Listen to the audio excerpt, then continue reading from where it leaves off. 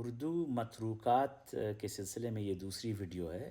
آج میں ایک لفظ ہے کنے، اس کے بارے میں بات کروں گا۔ جب ہم گاؤں میں ہوتے تھے بہار کے، تو وہاں کی بولیوں میں یہ استعمال ہوتا تھا، تو میرے ذہن میں یہ تھا کہ یہ مقامی بولی کا لفظ ہے۔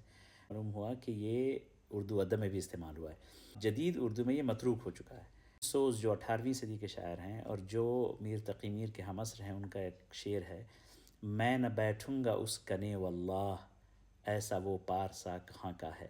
یعنی کنے کا مطلب یہاں ہے نزدیک، پاس، یا اس کے یہاں۔ میر تقی میر کا شعر ہے: اتنے منعم جہان میں گزرے، وقت رحلت کے کس کنے زر تھا۔ یعنی کس کے پاس پیسے تھے یا مال تھا۔ حاتم کا بھی ایک بہت اچھا شعر ہے: اوقات شیخ گو کہ سجود و قیام ہے، میرے کنے تو ایک خدا ہی کا نام ہے۔ اور آخری شعر میر سوز کا پھر سے: نا سے ہو دل کس کنے ہے، کس کو سمجھاتے ہو تم، کیوں دیوانے ہو گئے ہو، جان کیوں کھاتے ہو تم۔ تو شعراء سے میری گزارش ہے کہ اس لفظ کو پھر سے اپنے کلام میں استعمال کرنا شروع کر دیں۔